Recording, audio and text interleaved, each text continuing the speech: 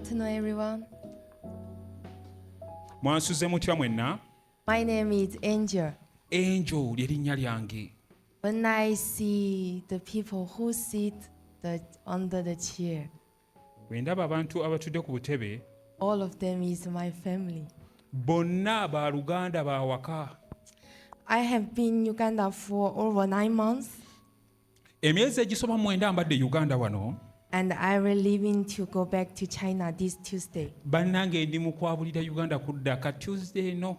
In these 9 months, I have gained so much and learned so much. Bannange mu myezi emwenda gino nfunye bingi era njigiriziddwa bingi. There are so much to be thankful in my heart. Bingi nnyo nze okubeera nga nsiimira munda mutima gwange. First, I want to especially thank Pastor Kim and someone in Kim. Okusookera ddala njagala okusiima omusumba ne mukyala we. When I first got here, Nga naakatuuka wano, I couldn't do anything. bannange nga mpaawo kye nsobola kukola. I didn't even know how to mop the floor properly. Bannange n'okusiimula obusiimuzi nga sisobola bulungi. But they taught me everything with so much patience. Bannange bansomesa byonna nga bagumiikiriza bitya.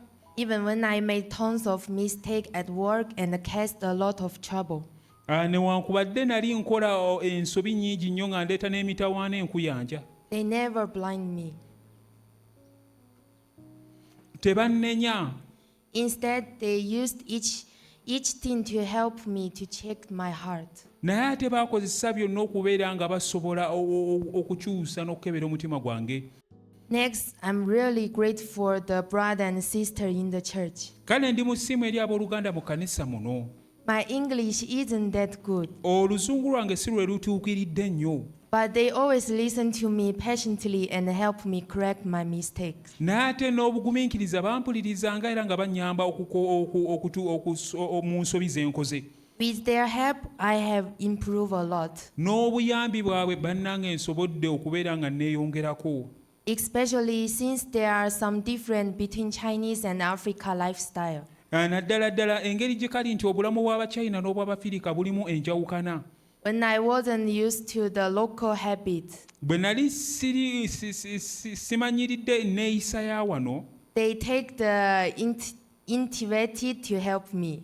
nga batwala omutawaana okubeera nga bannyamba. Also, this one really touched my heart. Bannange kino ne kikoma nnyo ku mutima gwange. In these 9 months at the Uganda church, Emyezi gino emwenda gye mbadde mu kkanisa y'e Uganda, I have heard a lot of word of God. mpulidde ekigambo kya Katonda kingi. But what struck with me the most is what Pastor continued to repeat. Naye ate ebyankomako ennyo byebyo omusumba bye yali addiriŋŋana. Faith isn't about what I have done, but about what He did for us. Okukkiriza tekuli ku ekyo nze kye neekoledde wabula ekyo Katonda kye yakolera nze. So many times I have compared myself to others. Emirundi mingi nnyo neegeraageranyanga n'abalala. How much I did, how much they did. Bungi ki bwe bwakola, bungi ki bwe nkoze.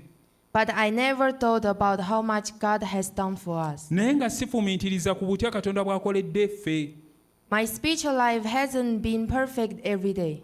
Obulamu bwange obw'omwoyo bubadde buli kanaku tebutuukiridde. Sometimes I didn't feel in like reading the Bible, Olumu nga ebyokusoma Bayibuli sibiwulira muli. going to church or attend service. Ebyokujja mu kkanisa n'obeera mu saaviisi zino. Even sometimes I don't want to pray. Nga n'ebyokusaba bizibuwalamuko. Even when problems come up, Nga n'ekizibu ne bwe kiba kizze. I just want to solve them my own way. Nga njagala kuyita mu ngeri yange okubigonjoola. But even so, when I was struck, it's difficult and feel like I couldn't go on. Naye newankubadde ebizibu byajjanga ne mpulira nga sisobola kugenda mu maaso, God kept holding me up and protect me again and again. Katonda yagenda mu maaso nga nkutte ku mukono n'agenda mu maaso n'okukuuma nze. Looking back on these 9 months, Bwe ntunuulira emabega ku gino emyezi, I judged the situation, nalamulanga embeera, judge people, ne namula abantu, judge why God brought me here. ne ngamba ye Katonda lwaki wandeeta wano. Even if I like, I will talk to whoever I like. Bwe mbeera nga njagadde naayogera na buli gwe njagadde. And I won't communicate with him if I don't like this person. Bwe mbeera ng'omuntu simwagadde sijja kwogera naye. But God never judged it against me. naye ate katonda teyannamula. Instead, through the communication with me again and again through the pastor, Ate nga entekera ye yagenda maaso okubeera ng'ayogera nange neera okuyita mu musumba. I have found that the true faith is to humble my heart and receive grace from everyone. Nenkizuula nti nno okukkiriza okwannamaddala kwe kubeera nga ntootowaza omutima gwange n'okubeera nga nsobola okufuna ekisa eri buli muntu. God help me spend my Genesee life peaceful and joyful. Bannange katonda aŋŋanyisizza okubeera mu bulamu bwange nga GNC nga bulimu emirembe n'essanyu. Also, this one made me realize how much I advocate my own thoughts. Ekyo kyasobodde n'okunnyamba okuzuula ku butya engeri gye mpanirira ebirowoozo byange. How arrogant, how evil my heart is, how much I follow the thoughts of the flesh. N'asobola okundaga amalala ge nnina na butya bwe ngoberera okuyaayaana okw'omubiri. Back in China, we didn't have a church. China waggulu tetwalina kkanisa. So I live just like everyone else. Nze ng'obulamu bwange bulinga obw'abalala. But coming to this church in Uganda, Naye okujja mu kanisa eno e Uganda with pastor's guidance, n'okuwabula kw'omusumba, I'm also starting to do things that have burdens and challenges. nsobodde okubeera nga nsobola okukola kati ebintu ebirimu ebiringa emigugu era ebisoomooza.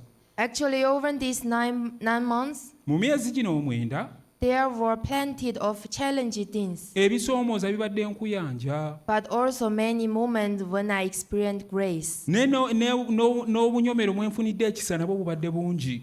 But I truly got to know and discover my real self. Naye nasobola okuzuula ki kyendi ekituufu. That has been my biggest takeaway these 9 months. Ekyo kye nsobodde okubeera nga ntoola mu gino emyezi 9 e Uganda.